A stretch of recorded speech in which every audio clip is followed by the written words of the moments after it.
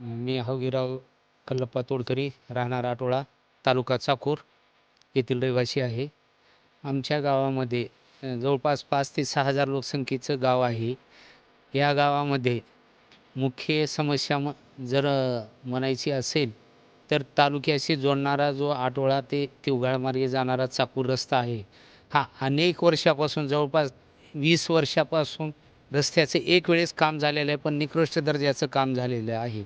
आणि या रस्त्यासाठी आम्हाला अत्यावश्यक तालुक्याशी जोडणारा हा रस्ता आहे. त्या रस्त्याचं काम डांबरीकरण चांगल्या उच्च दर्जाचं होणं आवश्यक आहे.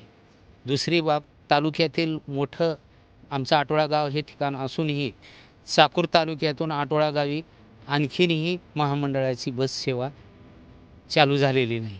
तर ती बस सेवाही चालू होणे गरजेचं आहे, जेणेकरून विद्यार्थ्यांना जाणे येणे, शैक्षणिक कामासाठी, पंचायत समिती किंवा जिल्हा परिषदेच्या इतर कामासाठी, ज्येष्ठांना जाण्यासाठी, येणे जाण्याची दळणवळणाची व्यवस्था होणार आहे. याबाबत या व्यतिरिक्त परत आमच्या आटोळा गावासाठी मुख्य लातूर ते उदगीर जाणारा एक हायवे आहे आणि त्या ठिकाणी एक कच्चा रस्ता, आटोळा ते चामरगा रस्ता किंवा चामरगा वाट म्हणून म्हणली जाते, त्याचं खडीकरण झालेलं आहे. तर येणाऱ्या काळामध्ये आम्हाला अपेक्षित त्याचं डांबरीकरण होणं गरजेचं आहे.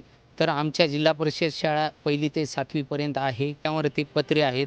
प्रशासनाकडून आम्हाला अपेक्षित मुलांसाठी वगैरे स्लॅबची आवश्यकता आहे.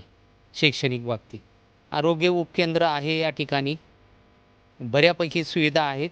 आणखीन त्यामध्ये डेव्हलपमेंट करणं गरजेचं आहे. आरोग्य उपकेंद्रामध्येही अनेक वेळा जिल्हा परिषद जेव्हापासून रोहिणा मतदारसंघ हा अस्तित्वात आल्यानंतर जवळपास 3 ते 4 टर्म होऊन गेलेले आहेत. म्हणावं तसं निवडून येणाऱ्या जिल्हा परिषद सदस्यांनी आमच्या आटोळा गावाकडे दुर्लक्षच केलं आहे असं म्हणण्यास काही हरकत नाही. कारण आता त्यासाठी काही लोकप्रतिनिधींना काय अडचणी आल्या त्यांनाच माहीत.